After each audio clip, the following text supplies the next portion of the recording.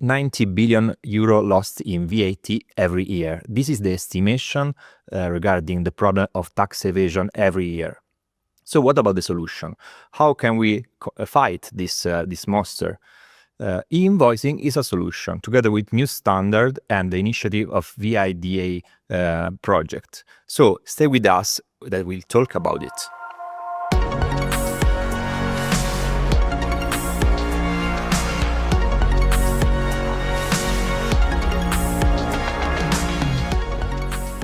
Hi everyone, and welcome back to Hello Trust, the podcast of Tinexta Infocert regarding the world of technology, regulation, and digital trust.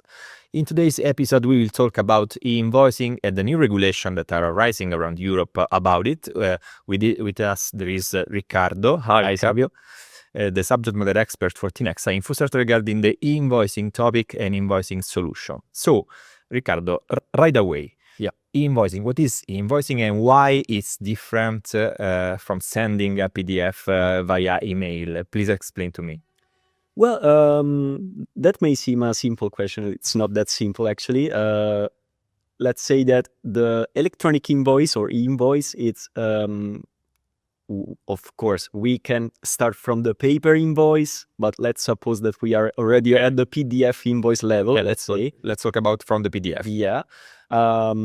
The electronic invoice is like a structured way to draft and transmit the invoice. Okay. So it's both related to the invoice itself, how it's written, how it's composed, and how the invoice is transmitted from one subject to the other, basically.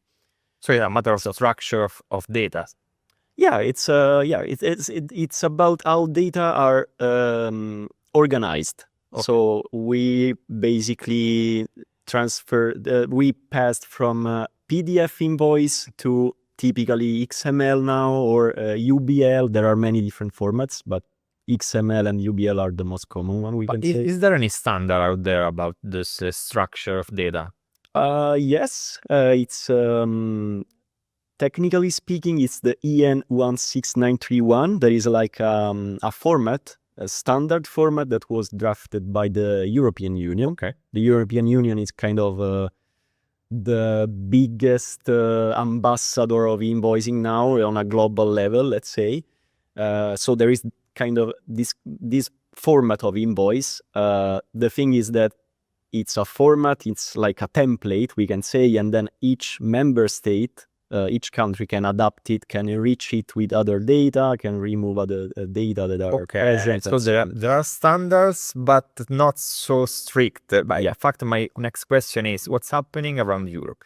Well, that's a kind of multi-layered question. Okay. I will try to answer step by step. So why European Union? Because why Europe in general? Because there is this project that is VAT in the digital age. Okay. That is ViDA. That's basically aimed at that's sponsored by the European Commission, and that's aiming at let's say harmonizing the management of the VAT at European Union level. Okay. Why? Because in the European Union, but I will say worldwide, we have a huge issue of tax evasion. Okay. Or the so-called VAT gap. So basically the difference between the VAT the country should receive, and the VAT that is actually flowing into the country's treasury, exactly. So invoicing can be a huge driver of, let's say, transparency and fiscal efficiency. Okay. That is being proved as quite efficient in reducing. Yeah, can imagine why. Everything abstract and so on. Exactly. Consequentially, this kind of project, so ViDA, is basically driving the adoption of e-invoicing in all the member states. Okay. Or I mean, in a kind of a gradual way. Each member state at some point, the objective is around 2030 to have an e-invoicing framework. What happens though is that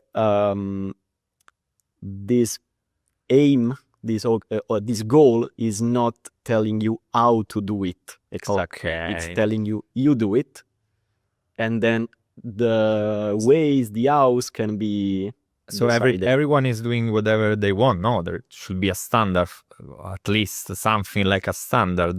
There are some some kind of standards that are being used. So the format of the invoice is a structured format. So the baseline, Yeah. let's say, of how the invoice should be written, it's, let's say, defined, but can be customized. Okay. There is also Peppol.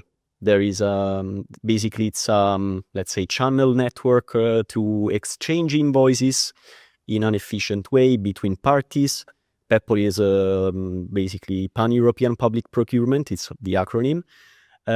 It's being used. It was used mainly by Nordics, and but now basically it's kind of more Okay. the Accepted as a more standard, accepted more or less. even outside Europe. Actually, It's good news, actually. yeah, it's good news because it allows for more interoperability Yeah. between the. But in fact, I'm asking you last question, but it's a layered question as well. Seeing and listening to you that there are standards like structured data and a standard for the channel of exchanging for information and the arising of new regulation. If I am a multi-country company, what should I do? Because it's not an easy task to implement a project at a multi-country level regarding the invoicing, and if and how the QTSPs as a role, digital trust as a role to harmonize these tasks and these problems and support these companies.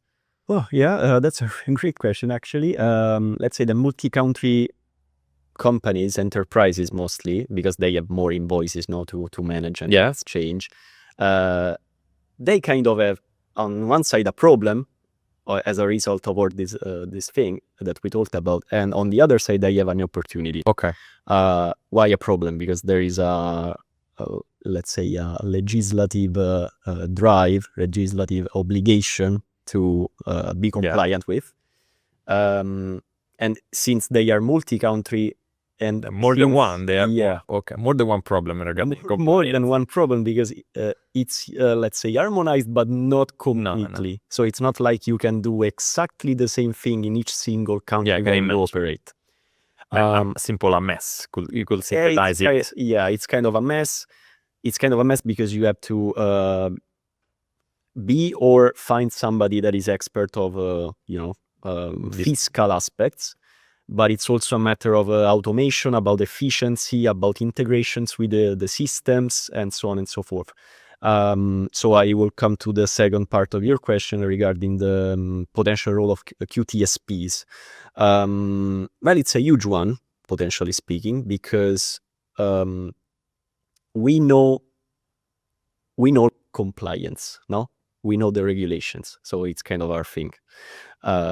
So we can for sure support companies, QTSPs can support companies in being compliant, period.